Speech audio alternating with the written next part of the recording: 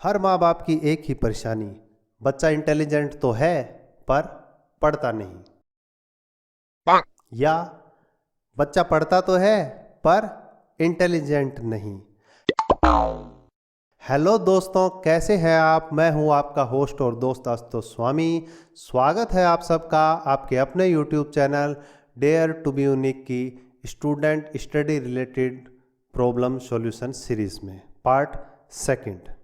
सभी के पास एक ही दिमाग, वही 1450 ग्राम का दिमाग या लगभग 1500 ग्राम का दिमाग, फिर भी सब में अलग अलग यूज, सबकी अलग अलग मेमोरी। तो आइए जानते हैं। दिमाग के मेनली दो पार्ट होते हैं, आपने देखा भी होगा, लेफ्ट ब्रेन और right brain. Left brain body के राइट पार्ट को कंट्रोल करता है और राइट ब्रेन बॉडी के लेफ्ट पार्ट को कंट्रोल करता है। आप में कौन सा ब्रेन ज़्यादा डोमिनेंट है? लेफ्ट ब्रेन ज़्यादा डोमिनेंट है या राइट ब्रेन? आइए एक वीडियो को देखते हैं। इस वीडियो में आपको घोड़ा आगे से पीछे बढ़ता हुआ दिखाई दे रहा है या पीछे से आगे बढ़ता हुआ दिखाई दे रहा है। गौर से देखिए और कमेंट्स बॉक्स में ज़रूर लिखिए, इससे पता चलेगा कि आप लेफ्ट ब्रेन डोमिनेंट है या right brain dominant. Point number 2, आप किस हैंड से लिखते हैं, लेफ्ट हैंड से या राइट हैंड से? दुनिया में 90% लोग राइट हैंड से लिखते हैं, सिर्फ 10% लोग ही लेफ्ट हैंड से लिखते हैं। इसका सबसे बड़ा कारण यह है कि दिमाग के अंदर एक एनर्जी मैनेजमेंट पैटर्न होता है जो इनडायरेक्टली हमें राइट हैंड से लिखने के लिए मजबूर करता है। क्योंकि जब भी आप कोई लैंग्वेज बोलते हैं या लिखते हैं तो उस कंडीशन के अंदर आपका लेफ्ट ब्रेन यूज़ होता है। अगर लेफ्ट ब्रेन यूज़ होगा तो लेफ्ट ब्रेन लिखने के लिए राइट हैंड को निर्देश देगा, क्योंकि लेफ्ट पार्ट राइट को कंट्रोल करता है। लेकिन यही अगर राइट ब्रेन यूज़ होगा तो क्या होगा? लेफ्ट ब्रेन सबसे पहले सारा का सारा डाटा राइट ब्रेन को ट्रांसफ़र करेगा, फिर राइट ब्रेन उस डाटा को प्रोसेस करेगा, उस डाटा को समझेगा और फिर उसके बाद वह लेफ्ट हैंड को निर्देश देगा लिखने के लिए। इस कंडीशन के अंदर काफ़ी ज़्यादा टाइम और एनर्जी कंज्यूम होती है। इसी को बचाने के लिए हमारा माइंड इनडायरेक्टली हमें राइट हैंड यूज़ करने के लिए फोर्स करता है और हमें पता भी नहीं चलता। लेफ्ट हैंडी के अंदर यह पैटर्न विकसित नहीं होने और डीएनए की बनावट के कारण वे अपना लेफ्ट हैंड यूज़ करते हैं। पॉइंट नंबर 3, अब जान लेते हैं लेफ्ट ब्रेन डोमिनेंट वालों के बारे में, यानी जिनका लेफ्ट ब्रेन अधिक प्रभावी है बाकायदा राइट ब्रेन के। वे बोलने में काफ़ी अधिक माहिर होते हैं। वाक कला या दूसरे शब्दों में कहा जाए भाषण कला, अन्य सभी कलाएं उनमें विकसित होती है। हालांकि यह बोलना उनके ज्ञान पर निर्भर करता है। तार्किक क्षमता अति उच्च होती है।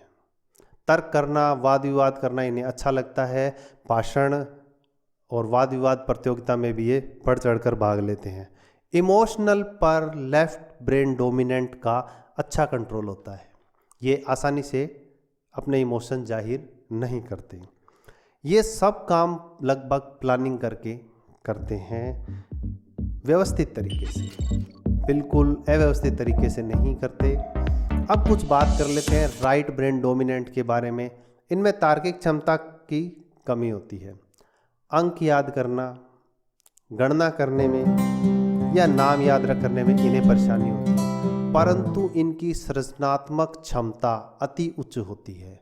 बहुत अच्छे क्रिएटर होते हैं, बहुत अधिक रचनाशील होते हैं, गजब के राइटर होते हैं।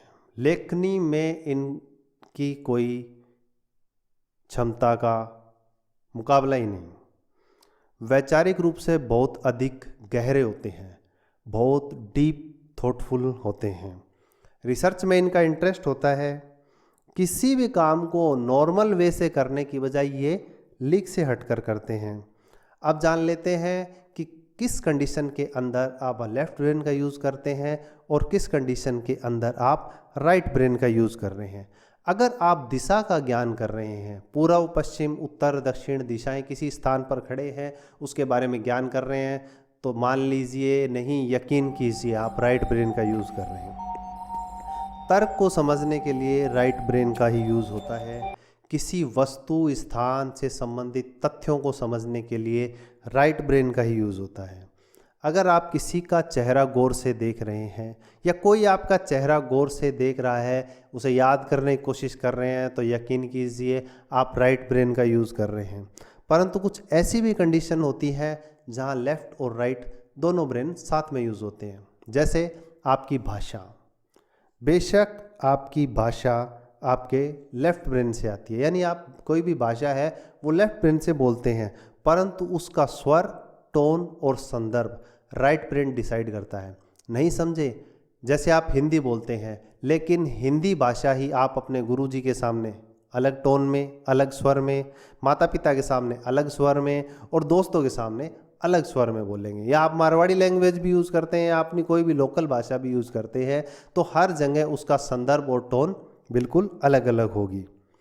कैलकुलेशन करने में बेशक आप लेफ़्ट ब्रेन का यूज़ करते हैं, लेकिन उसी कैलकुलेशन में जब आप मोटे तौर पे अनुमान लगाते हैं तो यकीन कीजिए आप राइट ब्रेन का यूज़ कर रहे हैं। अब जान लेते हैं कुछ ऐसे लेफ़्ट हैंडी के बारे में, यानी लेफ़्ट हैंड से लिखने वालों के बारे में कुछ विशेष गुण। इन लोगों में जन्मजात नेतृत्व क्षमता होती है। इनमें दूसरों को प्रभावित करने की भी बहुत अधिक क्षमता होती है। लीक से हटकर काम करते हैं, जिसके कारण लोग इन्हें पसंद करते हैं और इसका अनुसरण करते हैं। इनकी देखा जाए तो बहुत लंबी लिस्ट है।